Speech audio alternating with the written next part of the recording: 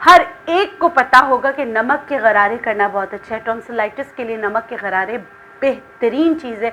आज मैंने आपको कहा है कि मैं आपको बैरूनी चीज़ें बताऊंगी, फिर आहिस्ते आहिस्ते नमक से इलाज बताऊंगी। मज़ीद वीडियोस देखने के लिए हमारे चैनल को सब्सक्राइब कीजिए और बेल आइकन को क्लिक कीजिए।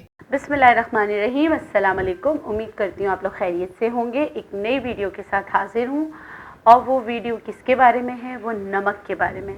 आज मैं आपको कुछ मिरेकल्स चीज़ें, कुछ ऐसी चीज़ें जो अमेजिंग एंड मिरेकल, यानी कि कुछ ऐसी चीज़ें जो शायद आपको नमक के बारे में नहीं पता हो या शायद पता हो, वो बताऊंगी कि नमक से आप अपनी सूजन कैसे उतार सकते हैं। बैरूनी इस्तेमाल नमक के बताऊंगी।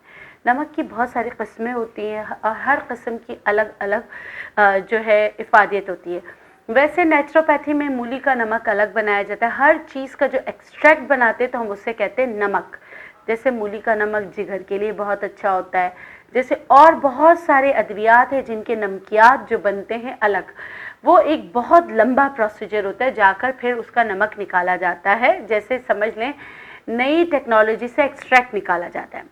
अभी हम बात करें वो आम फहम नमक जो हर घर में मौजूद होता है, यानी कि लाहौरी नमक।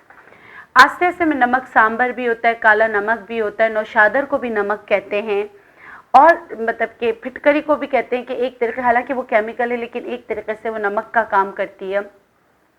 लेकिन आज हम आपको आयोडाइज नमक के बारे में मैं बात नहीं करी, लेकिन मैं आम जो लाहौरी नमक है उससे आप एक्सटर्नली कैसे बेनिफिट्स उठा सकते हैं उस पर बात करेंगे। अच्छा, सबसे पहले मैंने क्या किया था जब आपसे बात कर रही थी, तो ये बैंगन जो है, बैंगन को काट कर मैंने रख दिया था कि अब इस बैंगन का जब पानी निकलेगा तो फिर हम आगे बढ़ेंगे और बताएंगे कि इससे क्या फ़ायदा उठा सकते हैं।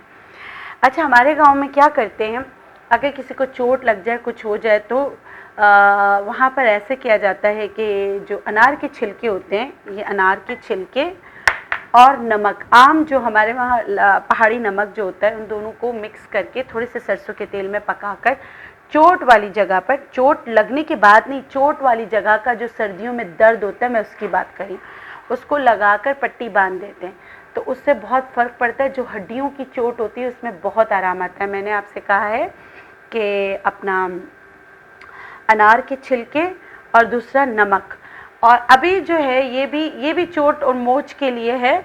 हम क्या कर रहे हैं, हम लोग बैंगन को जो है गोल काट कर रख दिया है। अब इस पर मैं क्या करूँगी, थोड़ा सा इसको ज़ख्मी कर रही हूँ ताकि इसका पानी निकल आए।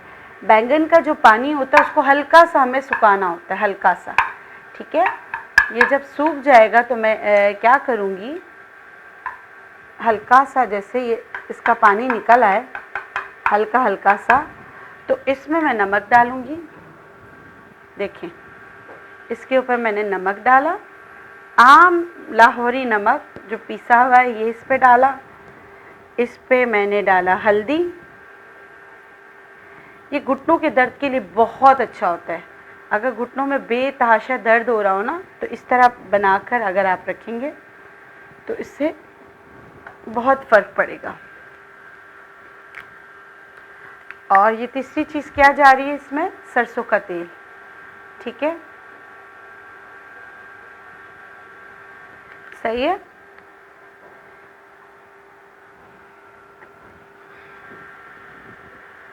सही, ये जो है मैंने इसको क्या किया था, थोड़ा हल्का सा ज़ख्मी कर लिया था।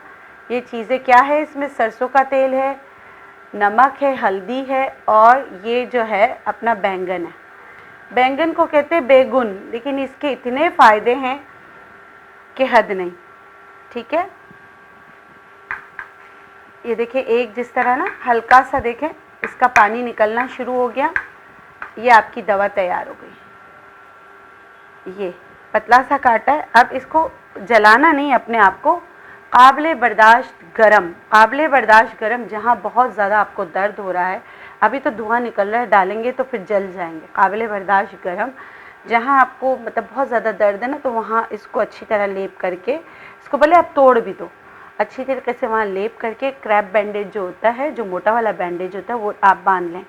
आप यकीन करें बहुत फ़र्क पड़ता है, ख़ासकर टखनों में जहाँ पानी भर जाता है। अच्छा, नमक की एक ख़ुसूसियत है कि पानी को खींचता है, सही है ना।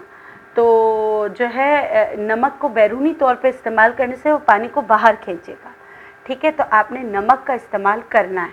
अच्छा, दूसरा हमारे गांव का एक नुस्खा है, अनार का छिलका है, सरसों का तेल है,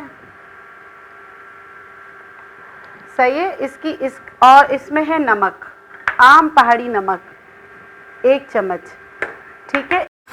ये तीनों चीज़ों को हमने मिक्स कर लेना है, ठीक है। बस पकाना, जलाना नहीं है। ये दूसरा लेप बन गया।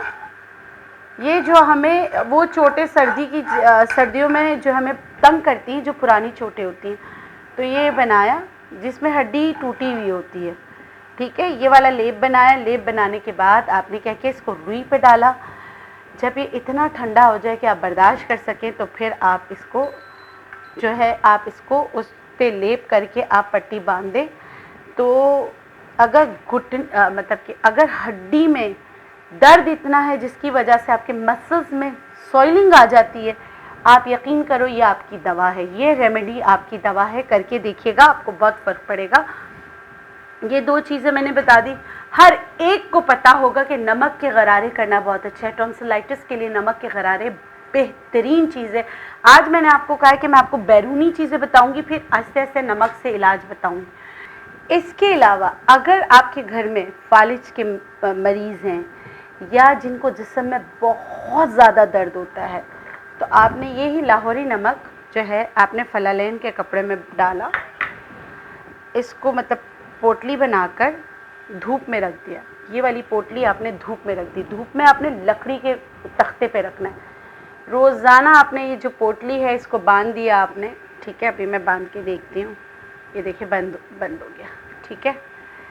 ये वाली पोटली आपने धूप दे दी इसको, ये आपने धूप में रख दिया। अब रेड भी एनर्जी का कलर है, थोड़ा सा मरून की तरफ चला गया। हुज़ैफा को मैंने लाल बोला था, लेकिन आपने लाल लेना है, ठीक है। फलालेन का कपड़ा लेना है, लाल लेना है, उसमें लाहौरी नमक भर के इस तरह करके आपने पोटली बनानी है। उसके बाद मरीज़ जो है जब ये गर्म हो जाए तो उसको ऐसे करके पूरे जिस्म पे ये नमक वाला इसे फेरना है, पूरे रीढ़ की हड्डी पे, पूरे पाँव पे, पूरे हाथों पे इसको फेरना है।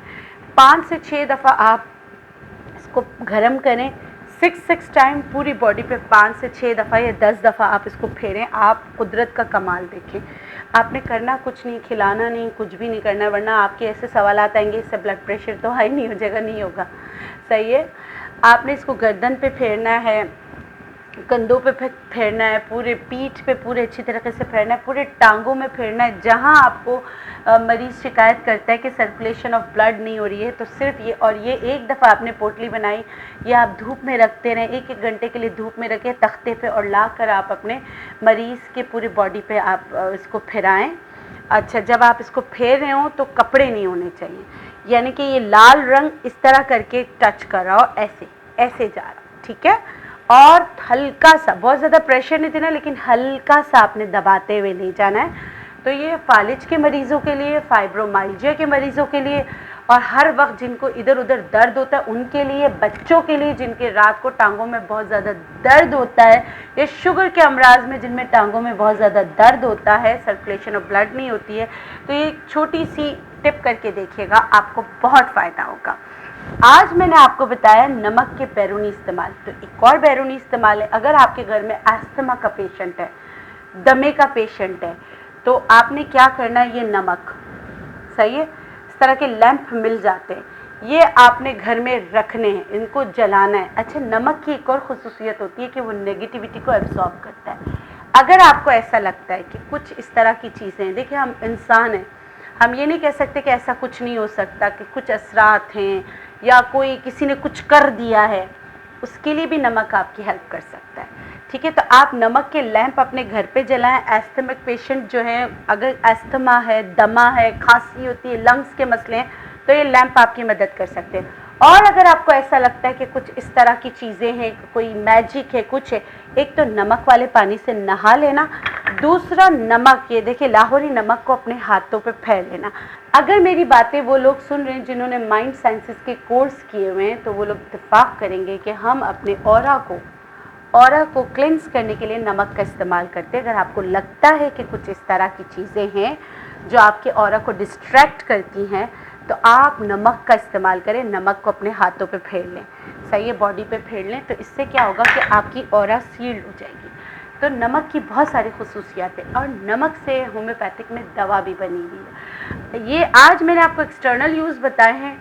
और एक और चीज़ रह गई तो मैं वर्बली बता देती हूँ। अगर आपके दांत बहुत ख़राब हो रहे हैं, पायोरिया हो रहा है, तो आप नमक और अदरक का जूस मिक्स करके आप उससे ब्रश कर लें, उससे भी आपको बहुत ज़्यादा फ़र्क पड़ेगा। इस उम्मीद के साथ कि आप लोग मेरा साथ देंगे ताकि मेरे सब्सक्राइबर हो जाए 1 मिलियन। 1 मिलियन मेरी मंजिल नहीं, मेरी मंजिल आगे, बहुत और आगे है। तो दुआओं में याद रखिएगा। अगर आपको मेरी वीडियोस अच्छी लगती हैं तो प्लीज़ इसको फैलाइएगा भी। अल्लाह हाफ़िज़।